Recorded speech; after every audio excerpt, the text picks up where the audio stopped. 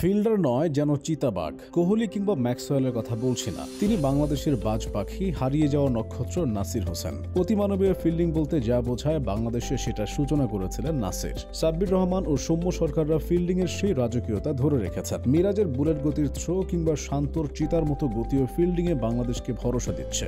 দেশ এরা কয়েকজন ফিল্ডারকে দেখে নিন। প্রথমে আসবে নাসির হোসেনের নাম। অভিষেকের পর থেকেই তার গায়ে লেগে গিয়েছিল দেশ সেরা ফিল্ডারের তকমা। এর কারণটাও কারো অজানা নয়। বৃত্তের ভেতরে অথবা বাইরে সবখানে তিনি সমান দক্ষতা দেখিয়েছেন। মাঠের যে কোনো জায়গায় ফিল্ডার নাসির ছিলেন ভরসার আরেক নাম। ক্যাচিং, রানিং, থ্রোয়িং, ডাইভিং, নাসিরকে বলা হতো ফিল্ডিং এর অলরাউন্ডার। তার মাধ্যমে বাংলাদেশও দেখেছিল বিশ্বমানের একজন ফিল্ডারকে। দক্ষতা বাদেও ফিল্ডার নাসিরের মাঝে বিশেষ কিছু গুণাবলী ছিল। একজন ফিল্ডারের সফলতার জন্য মাঠে প্রাণবন্ত ও আত্মবিশ্বাসী হওয়া জরুরি। ক্রিকেটার নাসির হোসেন সেসব নিয়েই সফল হয়েছিলেন, তবে ব্যাটিং এর দুর্বলতা ও ব্যক্তিগত বিতর্কের কারণে তিনি হারিয়ে গেছেন। সাব্বির রহমানের গল্পটাও প্রায় একই রকম। প্রত্যাবর্তনের চেষ্টা করলেও জাতীয় দলে আর ফেরা হবে কিনা সেটা অনিশ্চিত। তবে ব্যাটসম্যান সাব্বিরের যত খারাপ সময় আসুক, ফিল্ডার হিসেবে তিনি অনন্য। অন্য অনেকের থেকে তার রিফ্লেক্স ভালো, ফিটনেসটাও দুর্দান্ত। তাই সাব্বিরকে মাঠের যেখানে নেওয়া হোক তিনি নিজের সেরাটা দিতে পারেন। উঁচুতে ওঠা বলকে তালুবন্দি করতে বেশ পটু তিনি। যখন ক্যাচ নেন মনে হয় না তার মাঝে কোনো চাপ আছে। সে যুগ থেকে এই যুগ স্লিপ ফিল্ডিং এ সবসময় ভীষণভাবে ভুগেছে বাংলাদেশ দল। সেখানে এক পশলা বৃষ্টি হয়ে এসেছে সৌম্য সরকার। মাঠের যে কোনো প্রান্ত থেকে স্লিপে ফিল্ডিং করাটা বেশি কঠিন।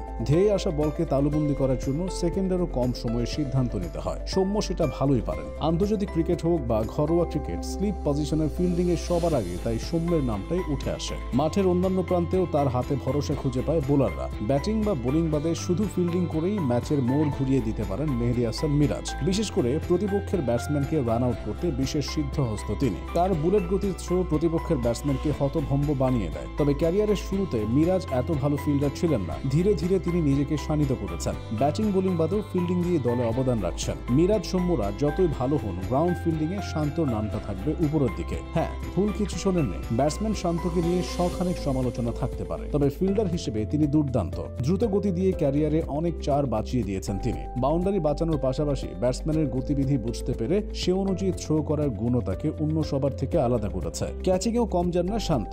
বেশ কিছু ক্যাচ তিনি ছেড়েছেন ঠিকই, তবে তার থেকে বেশি ধরেছেন, যা নিয়ে খুব বেশি আলোচনা হয় না। এবার অতীতে ফেরা যাক। বাংলাদেশ ক্রিকেটের সূচনা লগ্ন থেকে ফিল্ডিং নিয়ে বহু সমালোচনা হয়েছে। ফিটনেস এবং একাগ্রতা না থাকায় এই ডিপার্টমেন্টে বরাবরই পিছিয়ে ছিল টাইগাররা। ভালো মানের ফিল্ডার তৈরি না হওয়ার সেই ধারা ভেঙে দিয়েছিলেন রাজিন সালে। ক্রিকেট ক্যারিয়ারে ফিল্ডিংকে তিনি দারুণভাবে উপভোগ করতেন। বাংলাদেশের অভিষেক টেস্টের স্কোয়াডে রাজিন সালেকে নেওয়া হয়েছিল কেবল ভালো ফিল্ডারের বিবেচনায়। ক্যারিয়ার শেষেও তিনি ফিল্ডিং এর শিক্ষা দিচ্ছেন। ফিল্ডিং কোচ হিসেবে কাজ করছেন ঘরোয়া ও ফ্র্যাঞ্চাইজি ক্রিকেটে। গড়পড়তা এক দলের মধ্যে দীর্ঘ সময় ভালো ফিল্ডার হিসেবে প্রশংসা কুড়িয়েছেন হাবিবুল বাশার সুমন। তরুণ তামিম ইকবালও ফিল্ডিং এ বেশ চনমনে ছিলেন। শেষ করা যাক সাকিবকে দিয়ে। তার ব্যাটিং বোলিং নিয়ে যতটা কথা হয়, ফিল্ডিং নিয়ে তার ছিটে ফোটাও হয় না। অথচ বহুবার ফিল্ডিং দিয়ে সাকিব ম্যাচের ফলাফল বদলেছেন। 2022 সালে টি-20 বিশ্বকাপে জিম্বাবুয়ের বিপক্ষে এই রান আউটটাই দেখুন। ফিল্ডিং এ দুর্দশার মাঝেও এই ক্রিকেটাররা টাইগারদের ভরসা হয়েছেন।